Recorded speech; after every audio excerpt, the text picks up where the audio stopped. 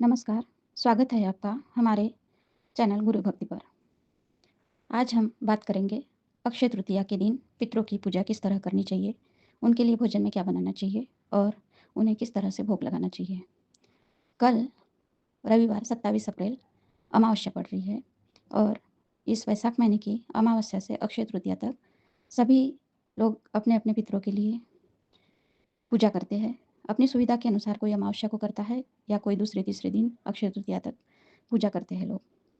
लेकिन अक्षय तृतीया का जो दिन है वो कुछ खास होता है। अक्षय तृतीया के दिन भगवान श्री कृष्ण ने युधिष्ठिर को अक्षय पात्र दिया था और उसमें जो भी अन्न था अक्षय पात्र में वो कभी समाप्त नहीं होता था। तो युधिष्ठिर उस अन्न से गरीब लोगों को और भी लोगों को दान पुण्य करते थे, फिर भी वह कभी समाप्त नहीं होता था। तो हम अक्षय तृतीया के दिन जो भी पूजा पाठ करते हैं, जो भी दान पुण्य करते हैं, पितरों की पूजा करते हैं, यानी इसका सीधा संपर्क उस अक्षय दान से किया जाता है। इसका कभी क्षय नहीं होता, ये अक्षय होता है, इसलिए इस दिन का बहुत ही महत्व है। तो आइए हम बताते हैं, हम अपने घर में पूजा किस तरह से करते हैं, बस यही आपको वीडियो में बताते हैं। और अच्छा लगे तो आप हमें कमेंट करके बताइए और आप किस तरह से अपने घरों में पूजा करते हैं वह भी हमें कमेंट करके ज़रूर बताइए। तो अक्षय तृतीया के दिन सबसे पहले हमें सूर्योदय से पहले उठना है। उठने के पश्चात हमें पूरे घर की साफ सफाई अच्छे से करनी है। पूरे ज पूरे घर में गंगा जल छिड़कना है और उसके पश्चात हमें गंगा जल से स्नान करना है। अगर आपके घर में गंगा जल है तो आप गंगा जल से स्नान कीजिए। थोड़ा-सा गंगा जल खाली बाल्टी में डाल लीजिए और उसके पश्चात उसमें सादा पानी डाल लीजिए, तो पूरा गंगा जल बन जाता है। इस तरह गंगा जल से पूरे परिवार को हमें स्नान करना है। अगर किसी के घर में गंगा जल नहीं है, तो आप बाल्टी भर के पानी रखिए। सच्चे मन से माँ गंगा की का स्मरण कीजिए कि हे माँ, मेरे घर गंगा जल नहीं है, ये सादा जल है, तो माँ इसी को मैं गंगा मानता हूँ या मानती हूँ। तो वो गंगा जल बन जाता है, उससे आप स्नान कर सकते हैं।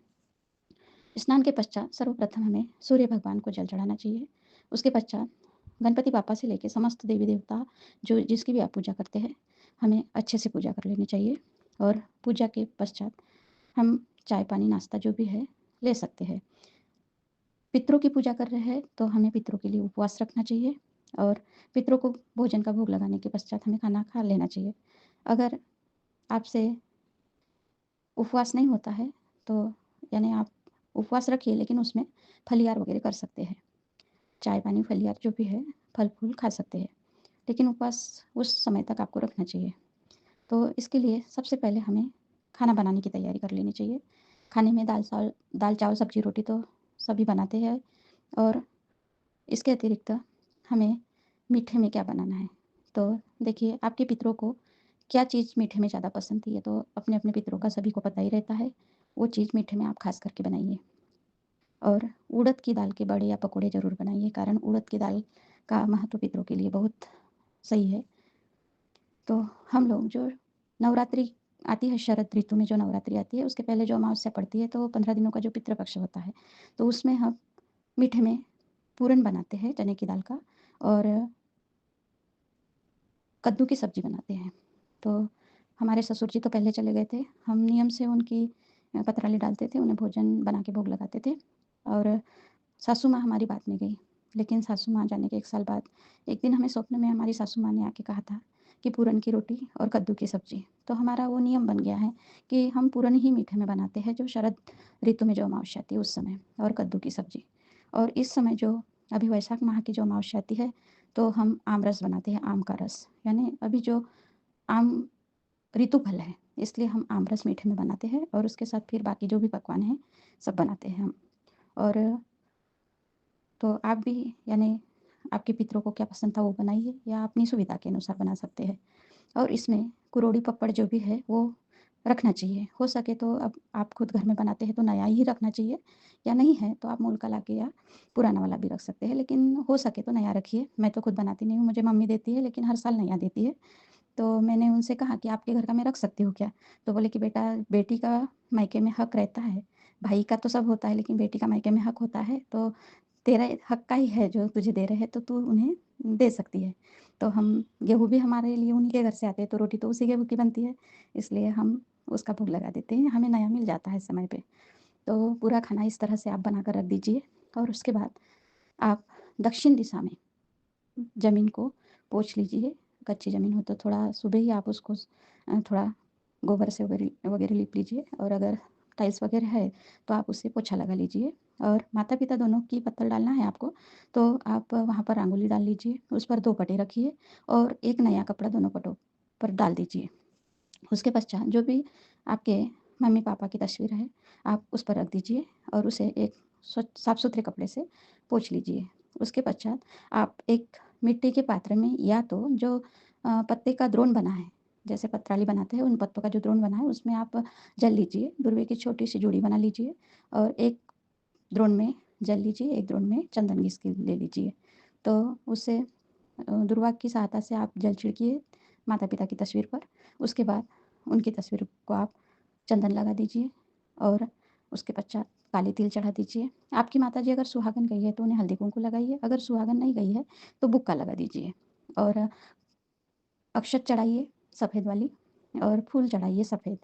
अगर आपके पास फूल अवेलेबल है तो आप सफ़ेद वाले फूल अगर आपके घर में है तो आप खुद अपने हाथों से पहले ही हार बनाकर रख दीजिए और सफ़ेद पुष्प का हार चढ़ाइए। अगर नहीं है तो आप मूल का हार लाके भी चढ़ा सकते हैं। और उसके बाद जहाँ तस्वीर आपने जिस आसन पर रखी है, उस आसन पे भी थोड़ा-सा जल छिड़क कर काले तिल चढ़ा दीजिए।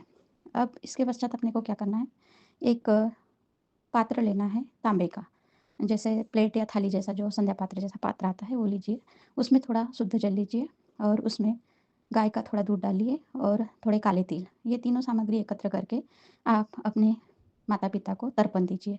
तर्पण का खाने से भी ज़्यादा महत्व तर्पण का है। तो तर्पण कैसे हम नदी में जैसे देते हैं, तो आप घर में दे रहे हैं, तो आप अपने आंगन में जाकर दक्षिण दिशा में खड़े हो जाइए, दक्षिण दिशा की तरफ मुँह करके और उस पात्र को दोनों हाथों से ऊपर उठाइए और जल तर्पण दीजिए। तो तर्पण देने के लिए नीचे कोई पौधा होगा कुंडी में, गमले में, तो उसे आप रख दीजिए कि यानी जो जल गिरेगा तर्पण का वो उस पौधे में गिरेगा। अगर नीचे गिरता है तो कैसे कभी किसी के घर जगह कम होती है या जगह अवेलेबल नहीं होती है, तो इस समय कैसे हम घूमते-फिरते हैं तो उस पर हमारे पैर भी गिर सकते हैं। तो आप उस पौधे में दे दीजिए। पितृदेवाय नमः, मातृदेवाय नमः ऐसा करके उन्हें तर्पण दे दीजिए। तो तर्पण से कैसे पितृ बहुत तृप्त रहते हैं। उसके पश्चात आप जहाँ पर आपने माता-पिता के आसन लगाए हैं, तस्वीर रखी है, वहाँ पर दोनों के लिए 2 पत्रावली डालिए। सर्वप्रथम चावल और उस पर गाढ़ी दाल, फीकी जो तुअल की दाल होती है, वो गाढ़ी वाली परोसिए और फिर जो भी आपने खाना बनाया है, सब बारी-बारी से परोस दीजिए। मीठा रखिए जो बनाया है वो और चटनी, चटनी में आप ककड़ी की चटनी है, जैसे अ, फल्लीदाने की चटनी है, ऐसे रख सकते हैं। और जो खाना हम बनाते हैं पितरों के लिए, उसमें लहसुन, प्याज का यूज़ आप मत कीजिए, कारण लहसुन, प्याज को मांसाहार में पकड़ा जाता है। इसलिए जैसे देवी-देवता के लिए भी हम भोजन में जैसे लहसुन, प्याज नहीं डालते हैं, तो इसमें भी लहसुन, प्याज पितरों के स खाने में नहीं डालना चाहिए। तो लहसुन, प्याज आप नहीं डालिए और नमक अ, अब अंदाज़ रहता है कि हम खाना बनाते हैं तो कितना डालना है, तो ज़्यादा मत डालिए, थोड़ा कम हो तो चलेगा, लेकिन पत्तल पे आप पितरों के लिए नमक मत परोसिए। और पितरों की पूजा में स्टील का बर्तन आप मत लीजिए, जैसे हम पूजा के लिए लेते हैं, तो जैसे द्रोण या किसी मिट्टी के पात्र में जल लीजिए पूजा के लिए। स्टील का पात्र जैसे लोहे से संबंधित होता है, लोहा यूज़ समझा जाता है, स्टेनलेस स्टील आता है, तो लोहा यूज़ समझा जाता है उसको। तो कहते हैं कि पितर मिट्टी के घड़े के पास में आते हैं जल्दी, लेकिन स्टील के बर्तन के पास नहीं आते हैं, ऐसा सुनने में आया है, तो हम तो लोग नहीं रखते हैं। तो इस प्रकार से आप पत्तल परोस दीजिए और पत्तल परोसने के पश्चात आप अपने पितरों से हाथ जोड़कर विनती कीजिए कि हे पिताजी, हे माताजी, आज इस अक्षय तृतीया के पर्व पर हम आपकी पूजा करते हैं, इसलिए आपका आह्वान करते हैं। हम आपको आपके लिए हमने हमारे घर में भोजन बनाया है, हम आपको आमंत्रित करते हैं। आप आइए, हमने आपको भोजन परोसा है, आप ग्रहण कीजिए। इस भोजन में से जो चीज़ें आपको पसंद है वो आप खाइए, अगर जो चीज़ आपको पसंद नहीं आती वो मत खाइए। ऐसा करके प्रार्थना कीजिए पितरों से और पत्तल को पानी घुमा दीजिए। उसके पश्चात एक हवन कुंड अगर आपके पास में है तो वो लीजिए या फिर कोई दूसरा पात्र ले लीजिए अगर नहीं है तो। और उसमें थोड़ी-सी लकड़ियाँ और गाय के कंडे जो होते हैं उसको रखिए और उसमें कपूर से आप अग्नि प्रज्वलित कर लीजिए। थोड़ा-सा एक कटोरी में घी और गुड़ रखिए। अग्नि देवता से प्रार्थना कीजिए, हे अग्निदेव, आज हमने हमारे पितरों को भोजन के लिए बुलाया है। आपसे विनती है अग्निदेव, शास्त्रों के अनुसार आपको वरदान है कि पितृलोक तक आप अग्नि के द्वारा उन्हें भोजन पहुँचा दें। तो हे अग्निदेव, आप आइए और हमारे पितरों तक हमारा भोजन हमारे पितरों तक हमने जो पितरों के लिए भोजन बनाया है उसे पहुँचाइए। इस प्रकार से आप अग्निदेव से प्रार्थना कीजिए, अग्निदेव की पूजा कीजिए, अग्निदेव को भी अन्न थोड़ा यानी अग्नि में डालकर अन्न दीजिए और उसे भी यानी अन्न देने के बाद नैवेद्य बना लीजिए छोटा-सा और अग्नि में जो नैवेद्य है वो डाल दीजिए और पानी घुमा दीजिए। उसके पश्चात आप एक पूड़ी हो या रोटी एक प्लेट में एक रखिए पिताजी के नाम की, एक में माताजी के नाम की और उसमें जो भी आपने भोजन सामग्री बनाई है, तो सभी आप थोड़ा-थोड़ा उस पर रख दीजिए और जो भी है मीठा वगैरह सब रख दीजिए और दोनों प्लेट में अलग-अलग आप बारीक कर लीजिए। तो जो पिताजी के नाम का नैवेद्य है, वो आप अग्नि में पिताजी को अर्पित कीजिए अग्नि के द्वारा और माताजी के लिए जो है बाद में माताजी के लिए और फिर उसमें भी आप पिताजी के नाम से, माताजी के नाम से पानी घुमा दीजिए। इस प्रकार यानी अग्नि में भी आपका नैवेद्य अर्पण हो गया। फिर जो पत्तल है उस पर पान का बीड़ा पहले से ही बनाकर रख दीजिए। तो पान का बीड़ा रखिए। अब जैसे हमारे ससुर जी, सासू माँ तम्बाकू खाते थे तो हम उसमें सौंफ सुपारी चूना कत्था उसके साथ में थोड़ा-सा तम्बाकू भी रख देते हैं, वो खाते थे इसलिए। तो वो बीड़ा हम खाने के बाद में पत्तल पे रखते हैं, उसको भी पानी घुमा दीजिए और फिर अपने पितरों से और जो अपने अग्नि में अन्न अर्पित किया है, उसमें थोड़ा आपने जो कटोरी में घी और गुड़ रखा है, वो भी अग्निदेव के नाम से और अपने माता-पिता के नाम से अग्नि में घी और गुड़ भी डाल दीजिए और पानी घुमा दीजिए। और एक दीपक जलाकर आप पितरों के नाम से सरसों के तेल का दीपक पत्तल के पास में आप रख दीजिए, धूप जलाइए और घड़ा यानी हम मराठी में उसको घाघर बोलते हैं। तो यानी एकदम छोटा भी नहीं और बड़ा भी नहीं, मीडियम साइज़ का एक मिट्टी का घड़ा लेके आइए आप। 1-2 दिन पहले या 1 दिन पहले भी ला सकते हैं। कोई-कोई लोग घड़ा नहीं रखते हैं मिट्टी का पानी भर के, लेकिन हम लोग रखते हैं और रखना भी चाहिए। तो एक घड़ा लीजिए, उसको पहले ही अच्छे से धो के रख दीजिए, उसमें पानी भरकर रख दीजिए और वो पानी यानी पूजा के दिन सुबह आप पौधों में डाल दीजिए और फिर यानी अच्छा मीठा जल आप उसमें मीठा जल यानी शुद्ध पानी, तो वो आप घड़े में भर लीजिए और उस घड़े को जहाँ पे हमने पत्तल परोसी है, वहाँ पे रखिए। तो घड़ा ऐसे रखेंगे तो यानी अच्छे से सीधा रखने में नहीं आएगा, तो उसके नीचे आप यानी मिट्टी का जैसे प्लेट जैसा एक आध बर्तन ले लीजिए चौड़ा और उसमें थोड़ा रेती वगैरह डाल के गीला कर लीजिए और उस पे घड़ा रख दीजिए, तो घड़ा सीधा रहेगा। तो घड़े को सीधा रखिए उस पे और पानी पूरा भर दीजिए उसमें और घड़े के गले के पास में सूत के 5 या 7 ऐसे आड़े देके सूत लगा दीजिए और बाहर से घड़े को चंदन, हल्दी, कुंकू से और अक्षत से उसकी पूजा कर दीजिए और उसमें फूल भी चढ़ाइए। अगर माला चढ़ाना चाहते हैं तो माला भी चढ़ा सकते हैं और एक ऋतुफल आम, उसको सूत लपेट कर आप वो भी वहाँ घड़े के पास में रखिए। अब उस घड़े को पति अपने हाथ में दोनों हाथ में पकड़ के खड़े हो जाएँगे। पत्नी अपने पति के हाथ को हाथ लगाकर आप अपने पिताजी और माताजी से कहिए कि हे पितृदेव, हे माताजी और जो भी हमारे पितृ हैं, तो हम ये पानी से भरा हुआ घड़ा आज अक्षय तृतीया के दिन आपको अर्पण करते हैं। तो हे पिताजी, माताजी, हमारे सर्व पितृ, आप वर्ष भर इस पानी को पीकर तृप्त रहिए और हमारे जो भी दुख तकलीफ संकट है हरण कर लीजिए और सदैव हम पर आपका आशीर्वाद बना रहने दीजिए।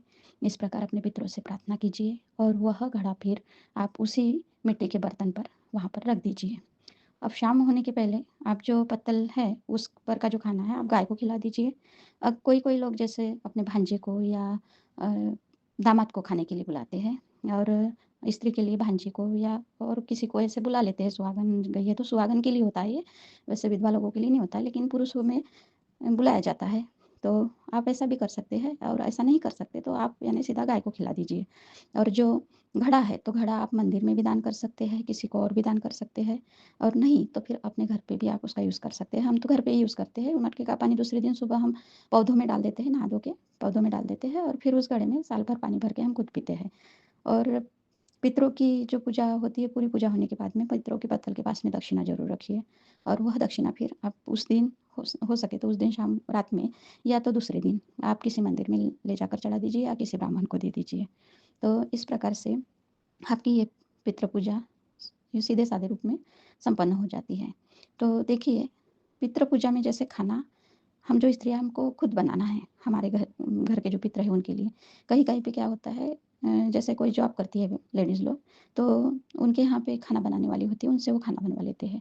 तो बाकी दिनों की बात ठीक है, लेकिन पितरों के लिए खाना हमें किसी यानी खाना बनाने वाले बाई से नहीं बनाना है, खुद बनाना है। आप उस दिन छुट्टी ले लीजिए 1 दिन के लिए, लेकिन खाना अपने हाथों से बनाइए। खूब ज़्यादा अगर आपको नहीं बनाना है तो थोड़े में बनाइए, लेकिन यानी मन से बनाइए। ऐसा नहीं कि इतना सारा बनाना है, कैसे बनाऊँगी, क्या बनाऊँगी, नहीं मन से बनाना है। थोड़ा बनाइए, जो भी बनाइए आप श्रद्धा भाव से बनाइए, खुशी-खुशी बनाइए। और हम ऐसे कितनी छुट्टियाँ ले लेते हैं, कितना टाइम हमारा वेस्टेज ऐसा फालतू चीज़ों में कर देते हैं, तो 2 दिन पितरों के लिए हमें अवश्य निकालना चाहिए। अब जिनके यहाँ पे यानी जैसे पितरों की सेवा मरने के पहले अच्छे से हुई है, वो पितर उनके तृप्त है। अब किसी-किसी के यहाँ जैसे कोई ऐसे होते हैं बच्चे कि अपने माता-पिता की सेवा नहीं कर पाते हैं। तो अब कुछ लोग ऐसा उन्हें बोल देते हैं कि मरने के पहले तो कुछ नहीं किया, अब क्या बाद में। तो किसी की बातों पर ध्यान नहीं देना चाहिए। पितृ पूजन आपने अपने माता-पिता की सेवा जब वो ज़िंदे थे उस समय की, फिर भी नहीं की होंगी, फिर भी पितृ पूजन तो आपको करना ही करना है। क्योंकि हमारे जो पितृलोक में होते हैं, तो पितृलोक में पितृ होते हैं, लेकिन इसके अलावा ऐसा नहीं कि सभी को पितृलोक में जगह मिलती है। कोई पितृ और किसी लोक में होते हैं, या उनको मुक्ति नहीं मिल पाती है, या किसी को मुक्ति मिल जाती है। कोई-कोई पितृलोक में ही रहते हैं, और ऐसा नहीं है कि पुनर्जन्म हर किसी को मिल सकता है। कोई-कोई पितृ पुनर्जन्म लेके हमारे घर आ जाते हैं, लेकिन वहाँ पे उनके पहले से जो पितृ होते हैं, अपने पितरों की हम अपने सेवा की है, लेकिन उनके पहले के पितृ जो है वो अगर त्रस्त है, तो वो इन पितरों को त्रास देते हैं, फिर इन लोग हम लोगों को त्रास देते हैं। तो इसलिए उनकी जो विधि पूजा-पाती की है, ये तो हमें अच्छे से करना है। तो इससे क्या होता है, पितृ खुश रहते हैं और हमें इतना आशीर्वाद देते हैं, तो देवताओं से भी ज़्यादा आशीर्वाद हमें पितरों का मिल जाता है। और अपनी आने वाली पीढ़ी को किसी प्रकार की कोई दुःख तकलीफ़ इसमें होती नहीं है। उन्हें पितृ अच्छे से आशीर्वाद देते हैं, और पितृ पीढ़ी का जो कनेक्शन होता है, तो 3 पीढ़ी तक रहता है। इसलिए हमें ये पितृ पूजन अच्छे से करना है। अब इसमें कोई-कोई लोग कहते हैं, जैसे गया और काशी जाकर पितृ पूजन कर लिया, पिंडदान कर लिया, तो हमें अमावस्या को पत्तल नहीं डालना है। तो ऐसा नहीं डालना है, तो इसमें क्या, वहाँ पर अगर पिंडदान हो गया है तो वो भोलेनाथ की नगरी है, और वहाँ तो मुक्ति क्षेत्र है। काशी और गया में अगर आपने पिंडदान कर दिया है तो ये बात सही है। लेकिन यहाँ भी 2 प्रकार के लोग जाते हैं। कैसे, एक बेटा अपने माता-पिता का पिंडदान करता है कि उन्हें मुक्ति मिलना चाहिए, और दूसरा बेटा, हाँ, मुक्ति भी तो मिलना चाहिए, लेकिन क्या ये हर साल 2 समय पूजा करना, कोई-कोई पत्नियाँ यानी करना नहीं चाहती है ये सब। तो इसके लिए चलो एक बार वहाँ जाके कर दिए, हो गया, ऐसा भी रहता है। तो कुल मिला के क्या है, वहाँ पे आपने पूजा की है तो नहीं भी डाले तो चलता है, लेकिन वहाँ पूजा हो गई है, फिर भी घर में 2 बार हम पितरों के लिए समय निकालें तो क्या बुरी बात है। हर साल 2 बार अगर हम ऐसा करते हैं, तो हमारी जो यादें हैं हमारे पूर्वजों से वो बनी रहती है। हमारी पीढ़ी है आगे की, वो ये सब देखती है, और उन्हें यानी मालूम होता है कि हमारे मम्मी-पापा किस तरह से अपने पूर्वजों के लिए करते हैं, तो वो ये सब सीख जाते हैं। अगर ये सब बंद कर देंगे तो वो ये चीज़ें कहाँ से सीखेंगे? तो इस तरह से है हमारा, तो ये सब हमें करना चाहिए। तो हमने तो ये, जैसे हम घर में पूजा वगैरह करते हैं, वैसे हमने आपको बताया। तो हमारी ये जानकारी आपको कैसी लगी, तो कमेंट करके बताइए, और चैनल को सब्सक्राइब ज़रूर कीजिए कि दूसरी जानकारी हम जो भी देते हैं वो आपको पता चल सके, और लाइक शेयर ज़रूर कीजिए। धन्यवाद।